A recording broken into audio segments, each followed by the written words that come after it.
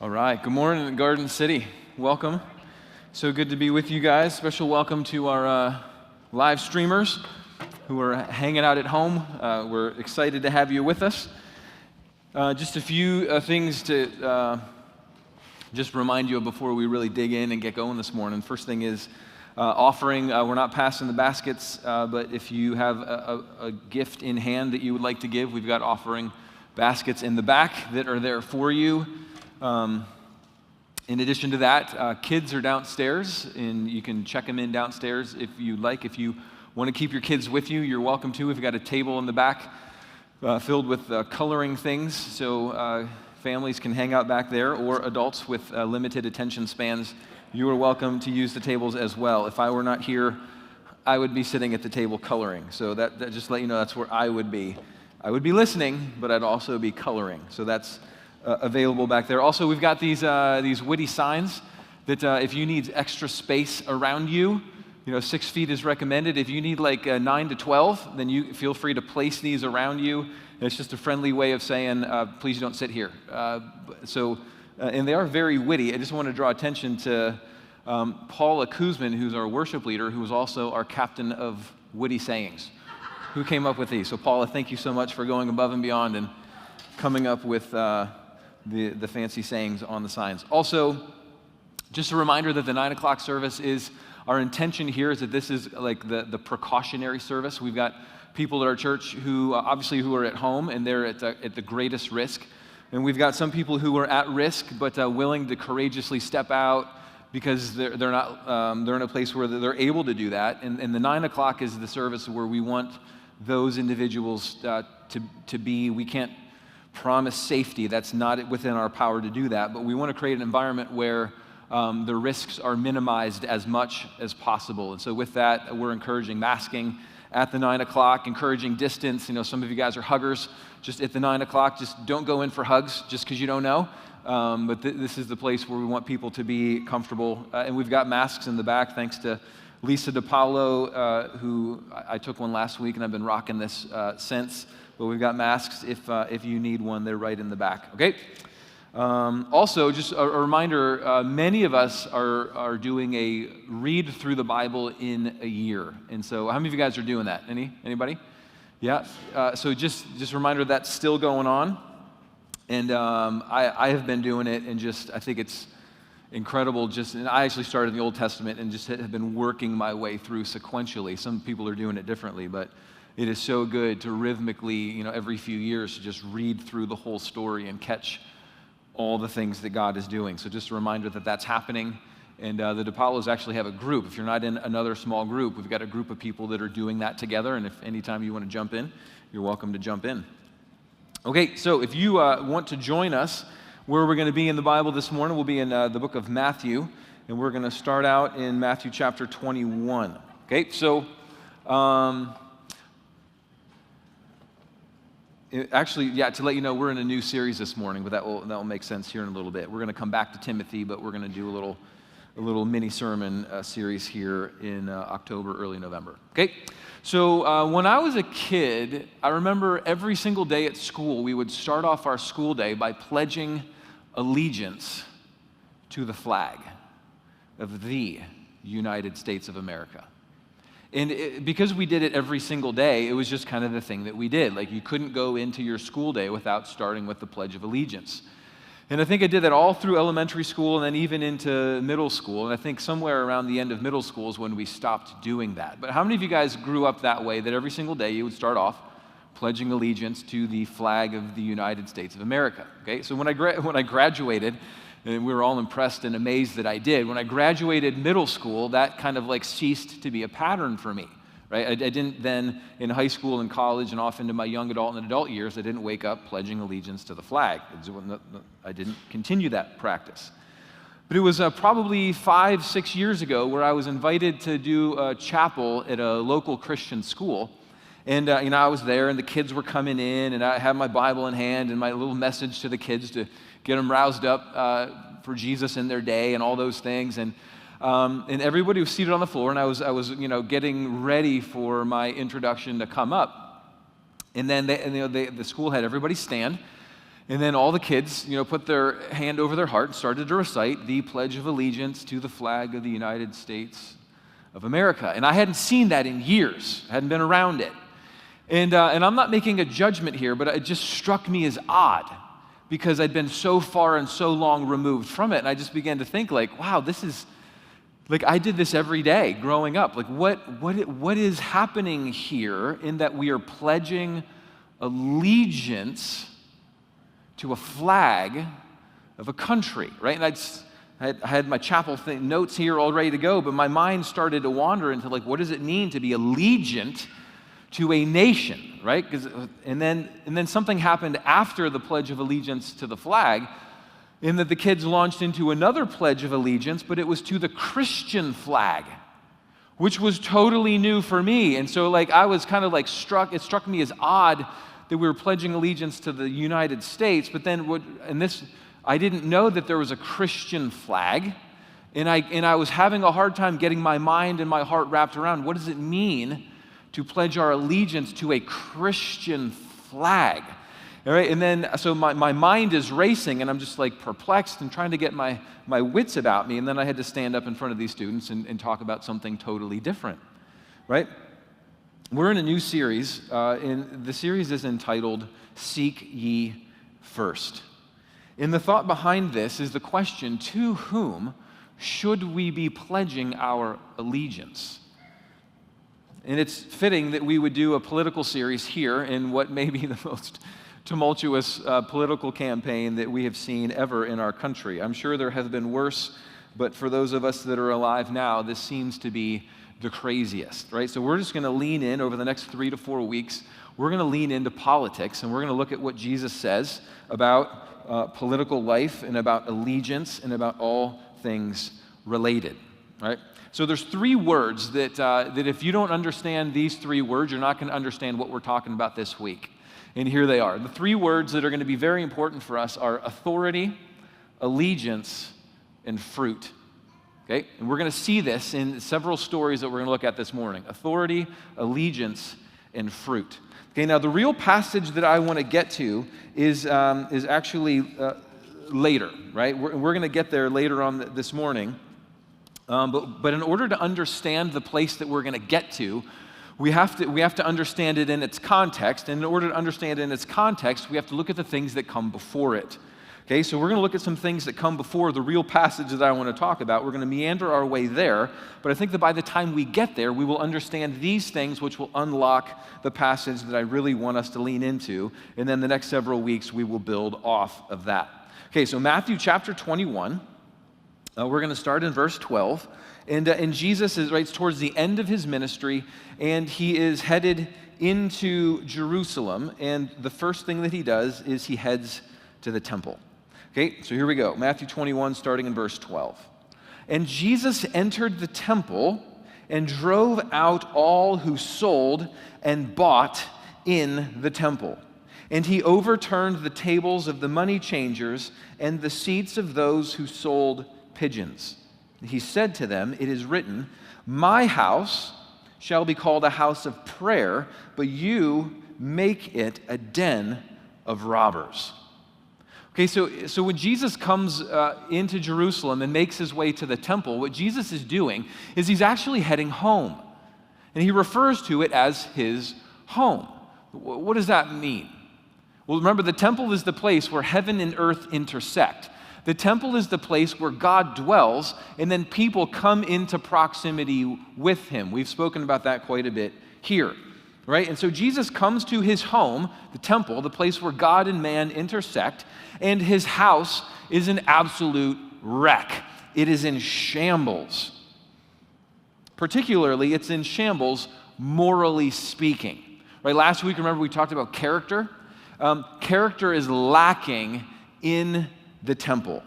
Right? There's people that are ripping others off. They're extorting people for high prices regarding the sacrifices. It's just a cesspool environment.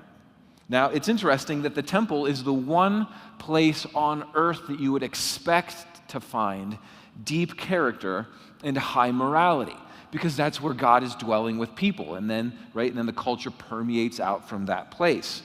but we find the opposite there. So what Jesus does when he comes back to his home that is in shambles is he starts to clean house.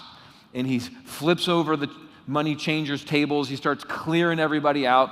Jesus engages in some violent housekeeping because it's necessary for him to do so. Verse 14, right?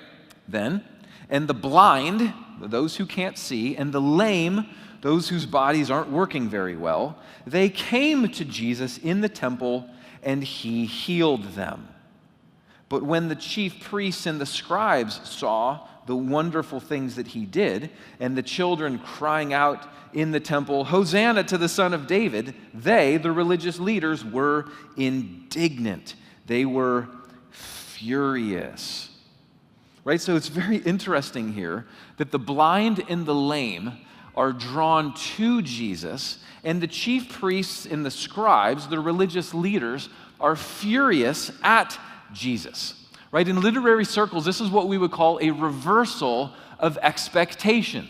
Right? That those that you would think would be on the inside program of what God is doing, the religious leaders, they actually find themselves on the outside, and those that you would expect to find on the outside, the blind and the lame, right? Maybe God is judging them, that's why they're blind and that's why they're lame. Those that you expect to be on the outside of God's purposes actually find themselves on the very center and on the inside of that which is God, what God is doing, right? So in the religious leaders, you would expect to find them submitting to the authority of God. They are not. You would expect the religious leaders pledging allegiance to the rightful King Jesus. They are not. You would expect the religious leaders to be bearing good fruit. Well, the temple is evidence they are not. But those that you would think are on the outside, they are submitting to Jesus' authority. They are pledging allegiance to him and running to him, and they are beginning to bear fruit in keeping with the kingdom, namely pledging their allegiance and following and receiving and revering Jesus, right? A reversal of expectation is happening here. Now, verse 18. Continue. In the morning, right? So Jesus leaves the temple, leaves Jerusalem, heads out of the city, then comes back the next day. In the morning, the next morning, Jesus was returning to the city, and he became hungry. And as they're walking towards Jerusalem, he sees a fig tree by the side of the road. And he went to it and found nothing on it but only leaves. No figs, no fruit, only leaves. And he said to it, "May no fruit ever come from you again." And the fig tree withered at once. Now, if this was just your daily quiet time reading and you read this out of context, you would think that Jesus has a problem with nature and that Jesus has a bit of an anger issue. But when you read it in context, it becomes very clear what Jesus is doing. The context here is that Jesus goes to Jerusalem, particularly the temple, and he's looking for fruit, and he does not find any.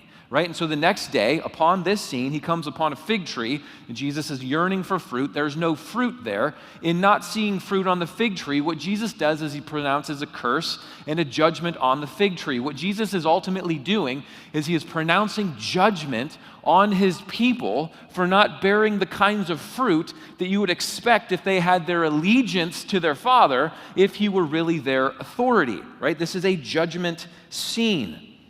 And so the cursing of the tree is exactly that. It's a picture of that which Jesus is doing as he cleanses the temple.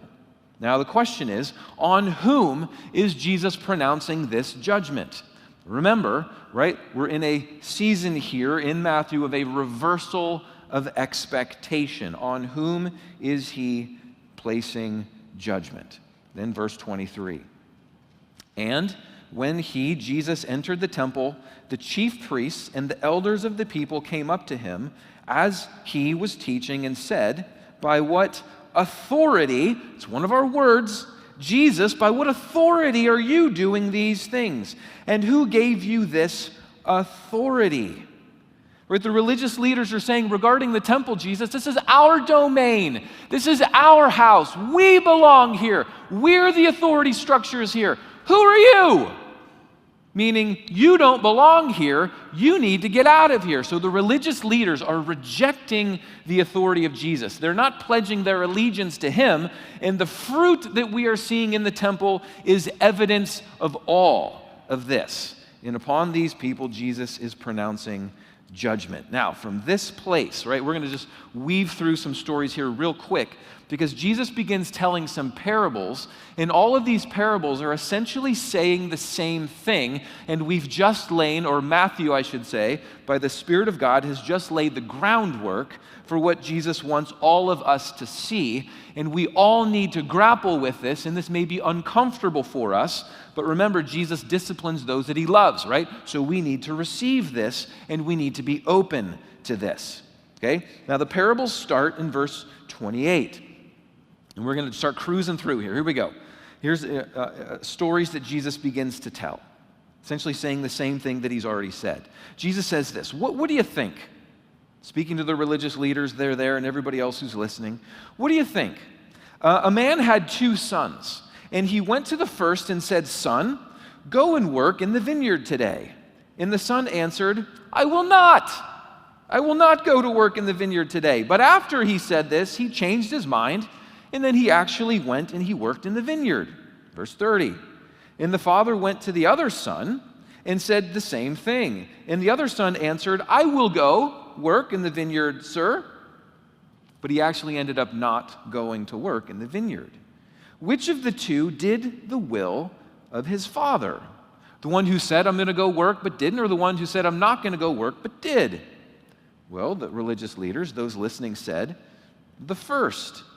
Jesus said to them, "Truly, I say to you, the tax collectors and the prostitutes go into the kingdom of God before you." The point of the story is that the prostitutes and the tax collectors are giving the impression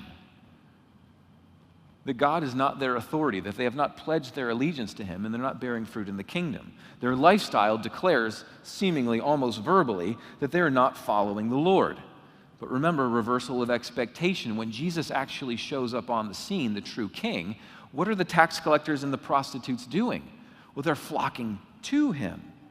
Now, the religious leaders, they seem to give the impression that the Lord is their authority, and it comes out in the way that they dress. It comes out in their credentials. They look the part of those who are pledging allegiance to the authority of their Father, right? And everything that they wear and everything that they say seems to indicate that there is fruit there. But when Jesus arrives, these people actually reject him, right? The reversal of expectation game is on, and then Jesus keeps hitting it. Verse 33, a new parable. Hear another parable. There was a master of a house who planted a vineyard and put a fence around it and dug a wine press in it and built a tower. And he leased it to tenants. And then he went into another country. Right? Jesus essentially here is telling the story of the Bible. When the season for fruit drew near, he, the owner, God, sent his servants to the tenants to get its fruit. Priests, prophets, all the people that would be in these roles in the Old Testament. And the tenants, the Israelites, the tenants took his servants and beat one, and killed another, and stoned another. Again, the owner of the vineyard sent other servants, more than the first time, and they, the tenants of the vineyard, they did the same to them. Finally, the owner of the vineyard sent his son to them. Why, this sounds like what God is actually doing right now. Finally, he sent his son to them, saying, "They will respect my son." But when the tenants of the vineyard saw the son, they said to themselves, "This is the heir. Come, let us kill him and have his inheritance."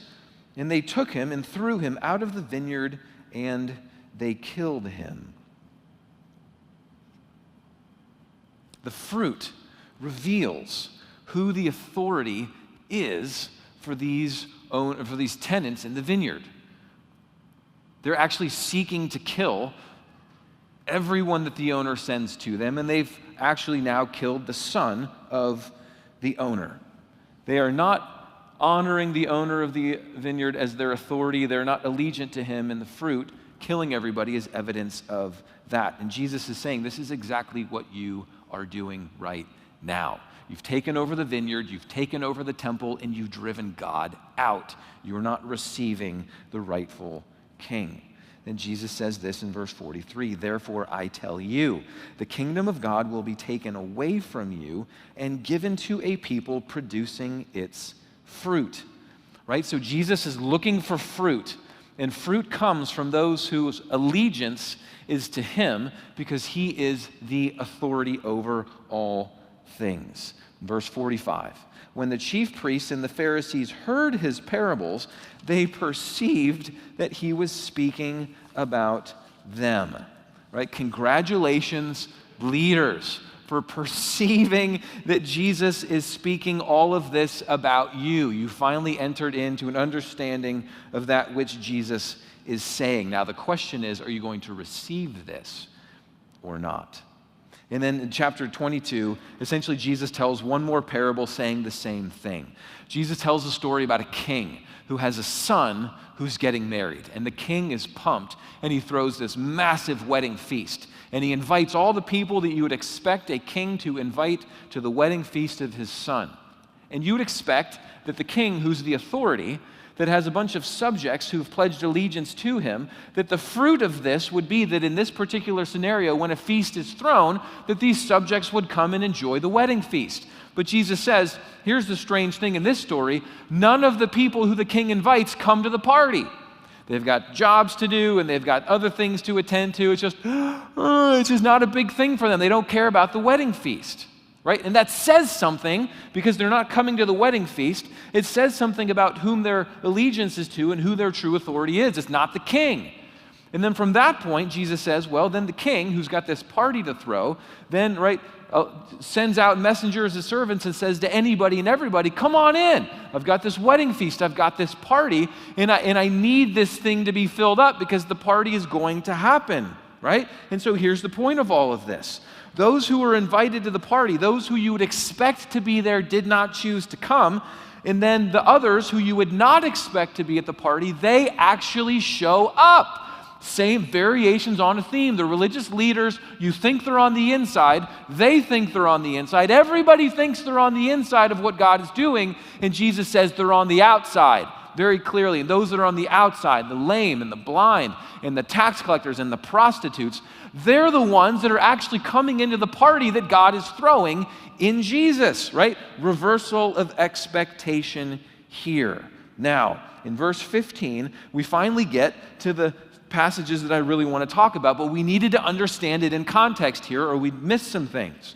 Verse 15, then the Pharisees, or religious leading class, right, part of the, you think they're insiders, but they're not, right? Then the Pharisees went and plotted how to entangle Jesus in his words. Okay? The religious leaders, the ones that you would expect to be the closest to God, are actually now seeking to kill God in the flesh. Verse 16, and they, the religious leaders here, they sent their disciples to him along with the Herodians, saying, Teacher, here's how they're going to try to catch Jesus. Teacher, we know that you are true and teach the way of God truthfully, and you do not care about anyone's opinion, for you are not swayed by appearances. Tell us, then, what do you think? Is it lawful to pay taxes to Caesar or not? Now, have you ever heard people in America say you don't want to tangle with the IRS? Right? You want to fill out your taxes in the right way because when the IRS gets in your life, things get complicated. Okay? So do things the right way and the IRS will leave you alone and life will be simple. Right? In the Roman Empire, when the Roman Empire IRS got involved in your business, it wasn't just that you got audited, right? If Jesus here is a high-level leader, people are flocking to him. He's making a scene. If the religious leaders can get Jesus to insinuate anything in a political gotcha moment, that Caesar is not the Lord of all, and that your allegiance is not to the authority of Caesar, and if it's in the realm of taxation, because Caesar, the authority, is really big on taxation. He wants your money.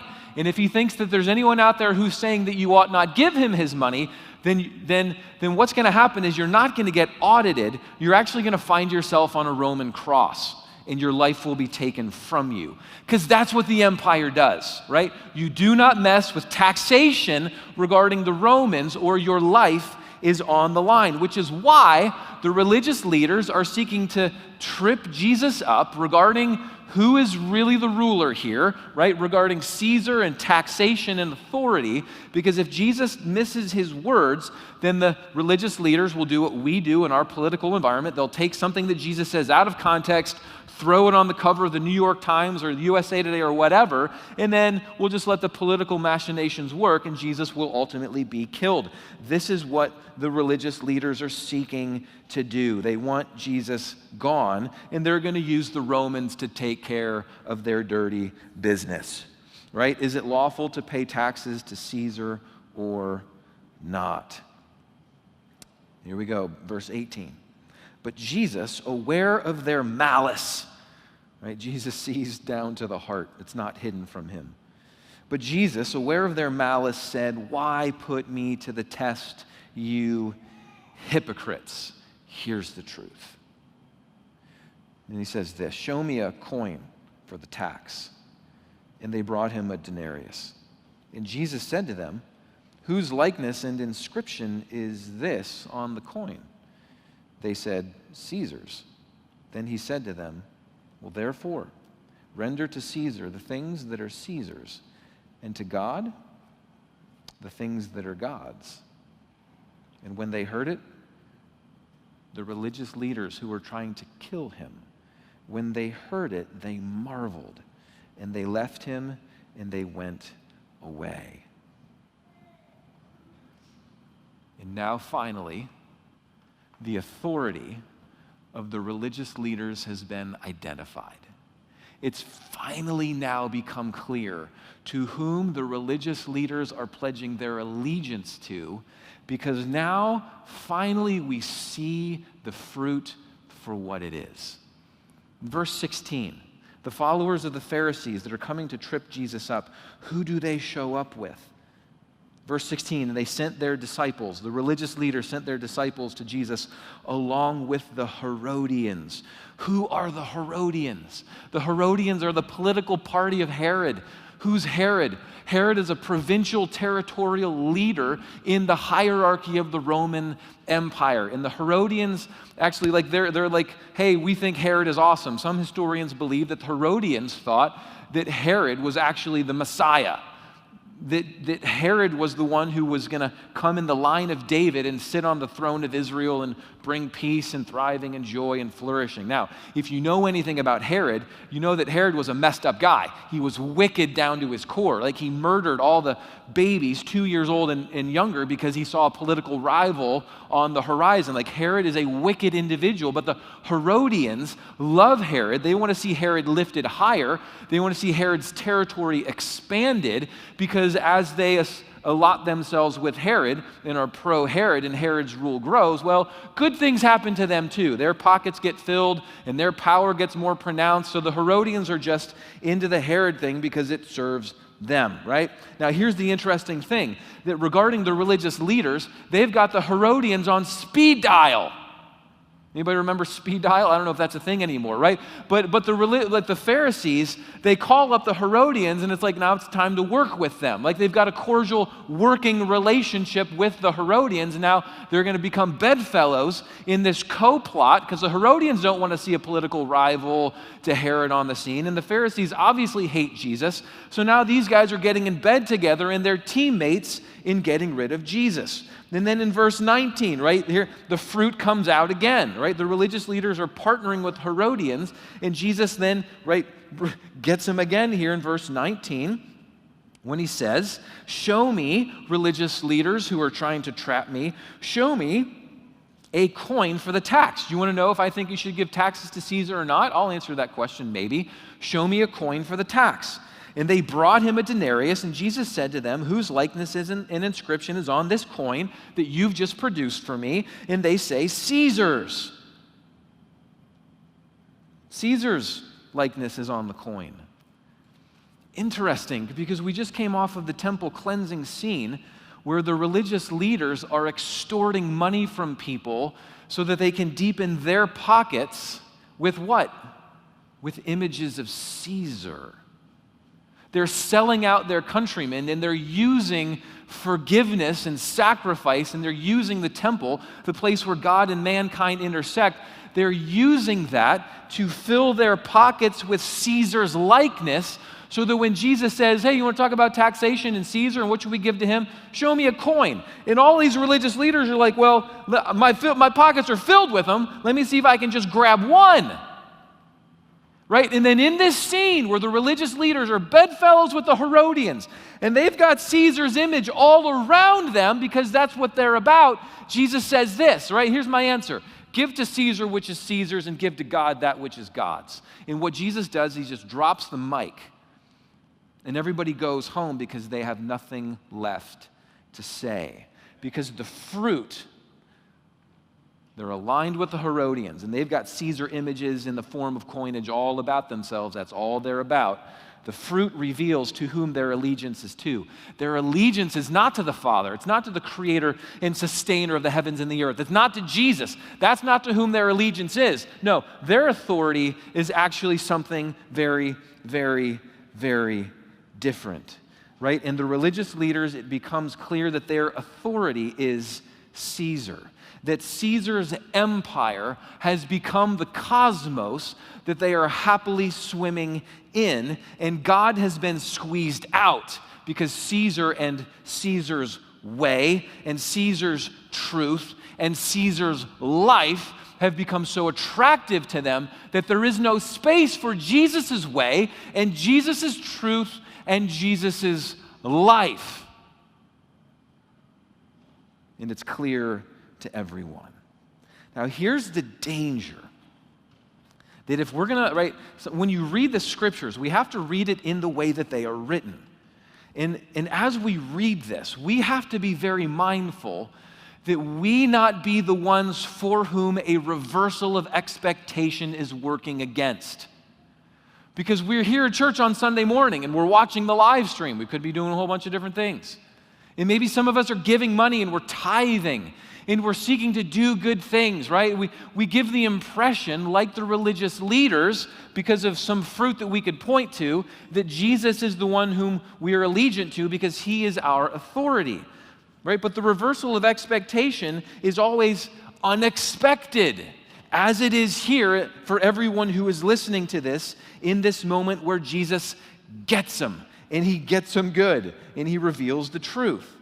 Right? So we can look good, we can have it all together like the religious leaders, and it can seem like we're on the inside of what God is doing, but we need to ask the question, is that really true? That's the point of all of these verses that we've just looked at. As human beings, we are constantly at risk in making our way through life without Jesus. Right? In our hearts are just, they're nasty places a lot of the time for those of us that are familiar with what really goes on in our heart. And we are always looking for ways to make our way forward and to build our life without being allegiant to our King and our authority, Jesus. I mean, think about it like this. This is less the case now, but for us, but historically, many nations that have been like really cool nations have suffered from what we call nationalism, right? That nationalism, or their excitement about being American or Canadian or Swiss or Congolese or whatever nation you're from, that becomes our authority. Like the biggest thing in our lives is that we are residents of this country and we are these people. Sometimes we do that with ethnicity, right? That our authority becomes our nation, our allegiance is pledged to this authority, and then the fruit that we bear is to that authority, right? We need to be really careful. And sometimes we think that our justification, or that which makes us acceptable and right and good, is because we are Americans. Now, as I said, that's less the case right now because America's having a little bit of an identity crisis, and we're not sure if many of us, it's just a weird environment, right? But here's what we are more prone to right now regarding seeking our justification in this particular season in American history. We are in danger of seeking our justification through the lens of our political party affiliations. Right? I don't know if you watch the news. If you don't watch the news, good for you. But if you do, there is this near religious zeal and fervor for your particular political party. And I don't care which party you ascribe to.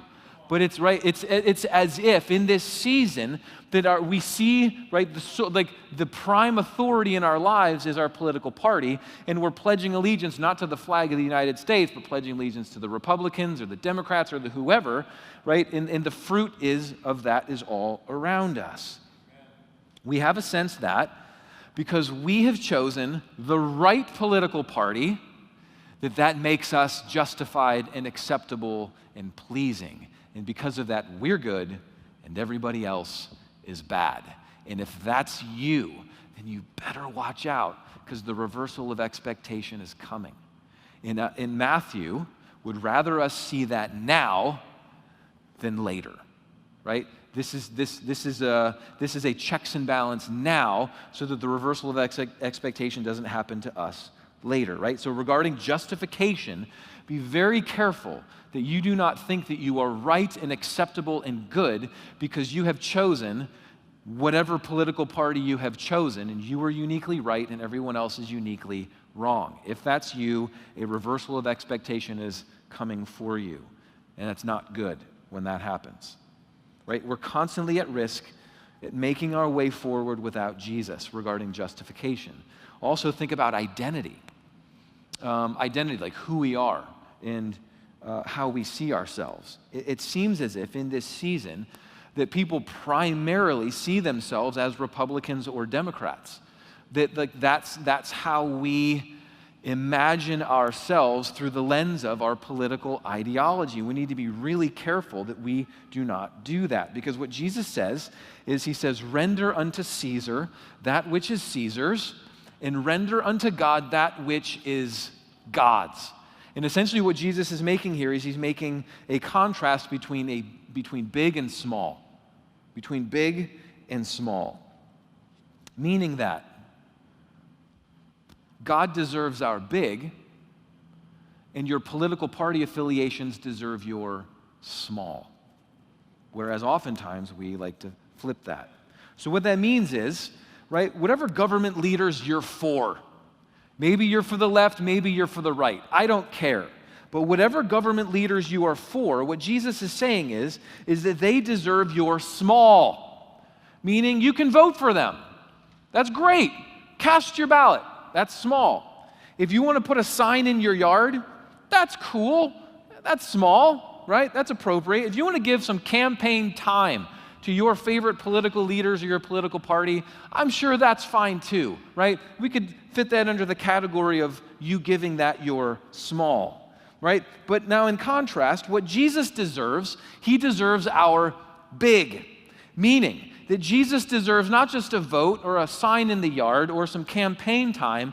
Jesus, because he is the sole authority in all the heavens and the earth, that our allegiance to him should be in keeping with his magnitude, which means our whole lives are his. We prostrate ourselves before him in every part of us all the time, right? That our justification is found in what he has done for us. Our identity is rooted in who he says we are, and that we bear the image of him, right? We owe him all of our allegiance because he is the sole authority in heaven and on earth.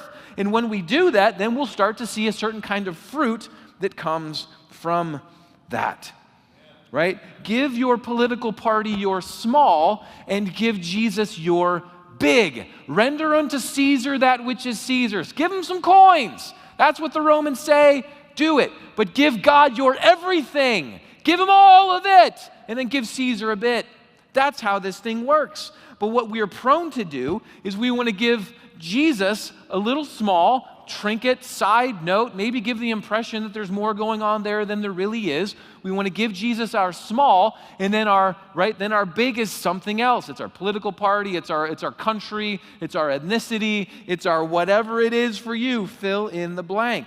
We are constantly in danger of that. And if we don't think we're in danger of that, we're missing everything that Matthew is telling us. Those who think they're on the inside are on the outside, and those who we think are on the outside are actually on the inside of what Jesus is doing. The danger comes when our political party becomes our whole life and Jesus simply gets a vote. So what the Spirit of God, I believe, is seeking to say to us through Matthew here, what Jesus is saying as Matthew documents it, is that we have to get our authority structure straight. Who is our sovereign? To whom then are we pledging allegiance to with our lives? Because once that becomes clear, then the fruit will come that reveals to what authority our allegiance is being pledged. And in this day, right, in this moment in American history, it's very clear, right? Maybe this is just me. Maybe you're on a different page here. I don't know. But I think we need less fruit from those who have pledged allegiance to a particular political party because that political party has become their dominant authority. I think we need less of that fruit in and around and among us. And what we need is we need way more fruit from those who have pledged allegiance to the one true King who reigns over all, whose name is Jesus. And that's what Jesus is longing for. And he's throwing a party, and he's invited all of us, and he wants us to come in and to enter into his joy and to exit the angst of the political nastiness that is all around us, to exit the political angst and to join into the joy-filled party. Because that's what happens when Jesus is king and Caesar is not. Over the next few weeks, we're gonna build off of this, and we're going to expound upon this, maybe in some ways that you would not expect. But we're going to take this season, this unique season of our American life, and use it as an opportunity to look at some things maybe in ways that we've never seen before, because we need to. Because Jesus is inviting us into something magnificent, and we don't want to miss out on that for something that is far, far less. All right, band, come on back up. We're going to sing a couple more songs and just kind of ponder this and think about it. And worship is one of the things that we do to pledge allegiance to our authority, who is Jesus. So we're going to have the opportunity to do that. So as the band comes up, let's pray. And Ryan, would you come back up and help me with the board? Let's pray. Father in heaven, thank you so much for inviting us into this party that you are throwing. God, it's very different than our political parties that are being thrown. And Father, I pray that we as a church in this season would be the ones who flock and to run to you and to enter into that which you are doing, that we would give you our big. And then regarding our political affiliations, Father, that those things would be appropriately small, that we would render unto you our whole lives, and we would render unto Caesar that which is appropriate.